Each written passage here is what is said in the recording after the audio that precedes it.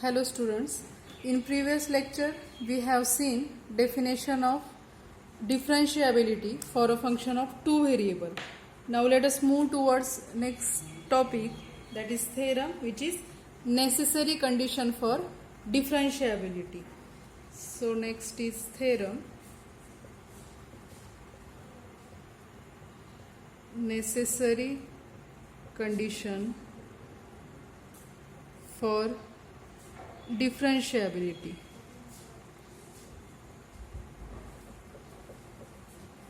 So its statement is, let the function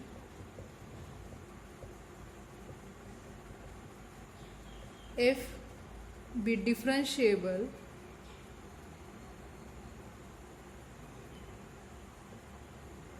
at point AB, then first point is f is continuous at AB, and second point is the partial derivatives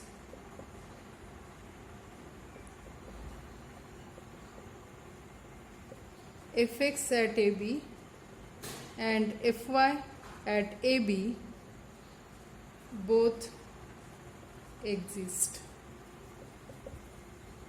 So what is necessary condition of differentiability? If any two variable, now we are considering two variable function, okay? If a function f is differentiable at a point AB, then that function is continuous at point AB and both partial derivatives fx and fy exist at point AB. So let us prove it. So proof first. What is given? Function is differentiable, so that function f will satisfy definition of differentiability. Okay. So let f be differentiable at point AB.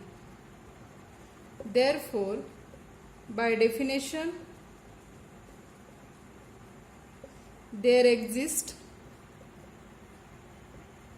a neighborhood of AB. Let us call that neighborhood N. The neighborhood N of AB such that for all points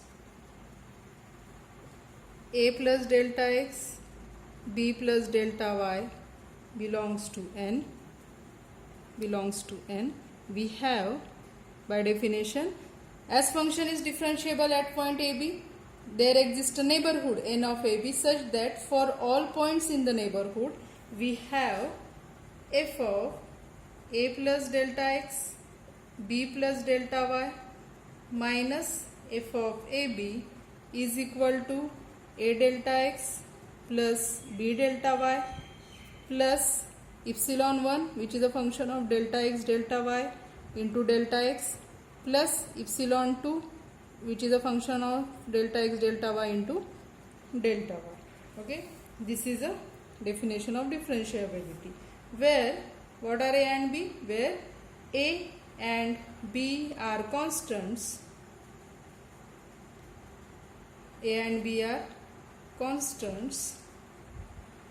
Again, what? Epsilon 1 and epsilon 2 are epsilon 1, epsilon 2 tends to 0, 0 as delta x delta y tends to 0, 0, and epsilon 1 tends to 0, epsilon 2 tends to 0 as delta x delta y tends to 0, 0. Okay, this is definition of differentiability. Now what is first point? We have to show f is continuous at point AB. So what is definition? And second, partial derivatives fx and fy both exist. So first let us show that f is continuous at point AB. So what is definition of continuity? Any two variable function is continuous at point AB if limit of f of xy as xy tends to AB is equal to f of AB. If this condition is satisfied, then only we can say that function f is continuous at point AB. Now look here, this is by definition of differentiability. We can write it. Now epsilon 1, epsilon 2 tends to 0, 0 as delta x, delta y tends to 0, 0. Means if delta x and delta y will reach to 0, 0, here delta x it will be 0, delta y it will be 0. Again, as delta x, delta y tends to 0, epsilon 1 tends to 0. So this quantity and epsilon 2 will also reach to 0. So we can write, means what we get? We get right hand side equal to 0 as delta x and delta y tends to 0. So to prove first, so first is as delta x, delta y tends to 0, 0, all the terms, let us give it equation 1, all the terms a delta x, b delta y, epsilon 1 delta x and epsilon 2 delta y in 1 tends to 0. Okay, therefore we have what is left hand side, this side, and limit is delta x delta y tends to 0, 0, limit delta x delta y tends to 0, 0. This side is f of a plus delta x, b plus delta y minus f of ab is equal to, this side become 0. Okay, we can write it as, we can now look here, here is delta x delta y, delta x delta y present in it, a and b are constants. We can take this term, means a and b are independent of delta x delta y, we can take this term to right hand side. Therefore we can write limit of f of a plus delta x, b plus delta y as delta x delta y tends to 0, 0 is equal to f of ab. Means what we get, if we put this limit delta x delta y 0, we get f of ab. This is nothing but definition of continuity. Therefore for replacement, if we put, if let us substitute, if we put a plus delta x is equal to x, b plus delta y is equal to y, then as delta x delta y tends to 0, 0, what happen? As this delta x delta y tends to 0, 0, what happen? Then xy tends to ab. As delta x will be 0, x will be a, delta y 0, then y will be b. Then as a delta x delta y tends to 0, 0, xy tends to ab. Therefore we can write this equation, what? Delta x delta y tends to, in space of this we can write here f of a plus delta x replaced by x. So limit f of a plus delta x is x, f of x, b plus delta y y, and xy tends to ab is equal to right hand side f of ab, which is definition of continuity. Therefore f is continuous at point ab. Okay, we have proved first part, that is if the function is differentiable at ab, then that function is continuous at point ab. What is second point? In second point we have to show that the partial derivatives fx and fy both exist at point ab. So for that, to prove second, let us consider, let us take delta y is equal to 0 and delta x not equal to 0 in equation 1.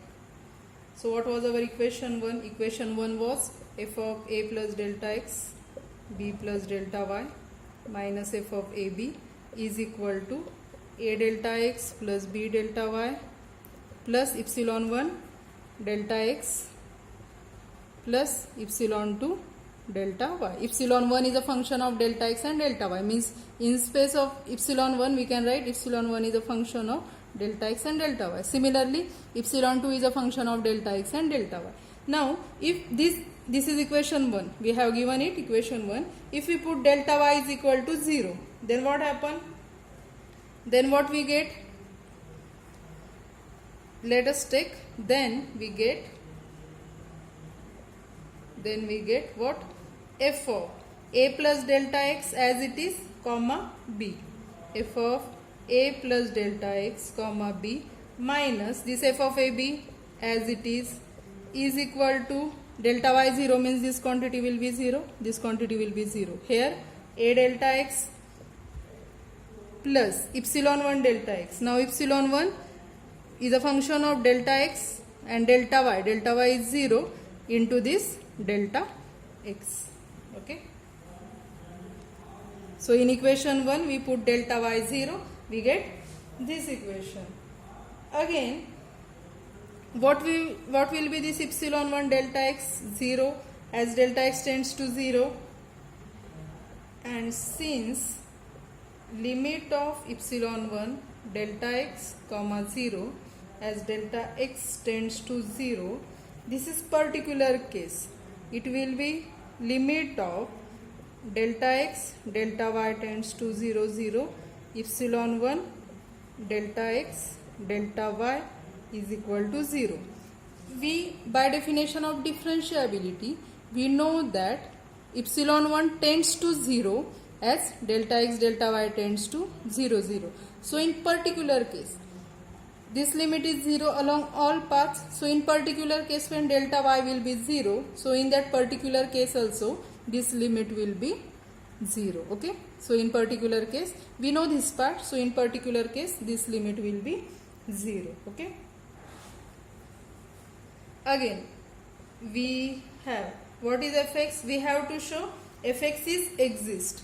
In this case first part we will show fx exist. First partial we have to show first partial derivatives fx and fy exist. If we consider, if we put delta y 0, delta x non-zero, then we get fx. Okay. In second, if we put delta x 0, delta y non-zero, then we get fy.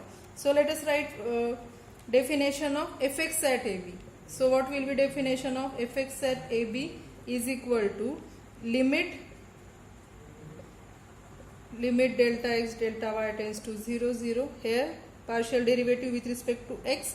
So f of a plus delta x comma b as it is minus f of ab upon delta x. Now look here, we will use this equation 2. In spite of f of a plus delta x comma b minus f of ab, we will use this part, which is equal to limit delta x comma delta y tends to 0 0. So what is f of a plus delta x comma b minus f of ab? It is a delta x plus epsilon 1 delta x comma 0 delta x upon delta x in bracket using 2.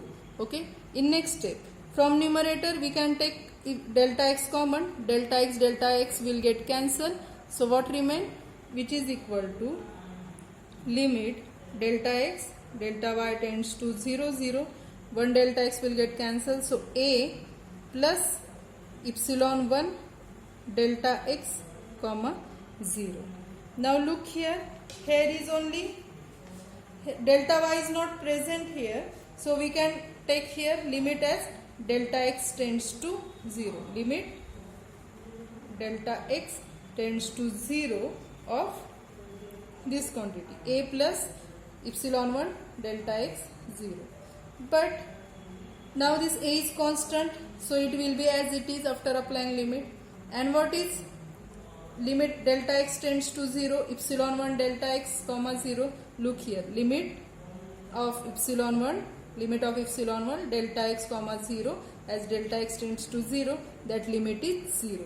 So we get here a as it is plus 0. Let us give it equation 3. So using 3, okay, means what we get, left hand side is fx at ab. Fx at ab is equal to a, means what, first partial derivative fx at point ab exists. Therefore we can write, therefore we get fx at point ab is equal to a.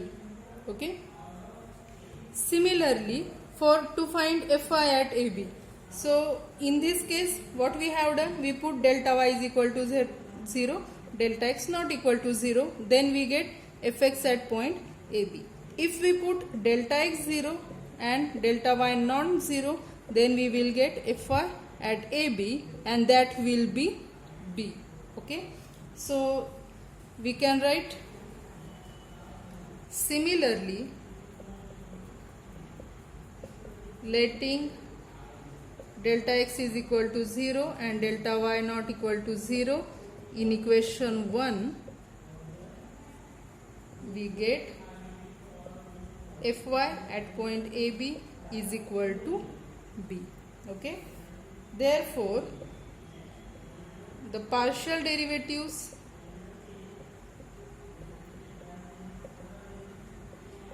fx at ab and fy at ab both exist. Okay, this is necessary condition for differentiability. If any function is differentiable at point ab, then that function is continuous at point ab, and first partial derivatives fx and fy will exist at point ab. That is necessary condition for differentiability. Okay. Now, what is that theorem? If f is differentiable, then if f differentiable at point ab, then first that is continuous, and second fx and fy exist. Now we know that if p implies q, this statement is equivalent to what? Negation of q implies negation of p. Means if these are both condition, if f is differentiable, then that function is continuous and fx and fy both exist. What will be its converse part? Means if any function is not continuous or one of its first order partial derivatives does not exist, then that function will be not differentiable. Okay, any function is not continuous at certain point or first order partial derivatives at that point does not exist, then we can say that that function is not differentiable, that is negation. Okay, so we will use this fact while solving examples. So let us take it as a note. Note first, from above theorem,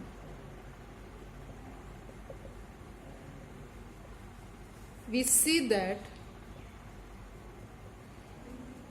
if f is not continuous at ab, or because and changes to or after negation. Okay, if f is not continuous at ab, or one of the partial derivatives fx comma fy, if one of both does not exist at ab, then f is not differentiable at ab. If function is not continuous at ab or one of the partial derivatives does not exist at ab, then we can say that function is not differentiable at ab. We will use this note while solving example. If certain example is given, function is given, we have to check the differentiability of that function at certain point. Okay, if we have shown that that function is, if that function will be not continuous at that given point, then only we can say that that function is not differentiable. Otherwise it is, here is all. If we can show that the first order, one of the first order partial derivatives does not exist at that given point, then only we can say that the function is not differentiable at that given point. Okay, so remember it, if the function is not continuous, then that is not differentiable. Or if the first order partial derivatives, one of them does not exist at that point, then function is not differentiable at that point. Okay, now second note, now the definition of differentiability can also be written as, for convenience we will write it as, for convenience we write f is differentiable at AB if there exists a neighborhood n of AB such that at all points a plus h, b plus k belongs to n, we have, what we have done, a plus, in space of a plus delta x, b plus delta y, we have written a plus h, b plus k. Okay, means in that original definition we replace delta x by h and delta y by k. Okay, we replace it. So what the definition becomes, then we have, what was that, f of a plus delta h, so a plus h, b plus delta y, so b plus k, minus f of ab is equal to, what was that, a delta x is our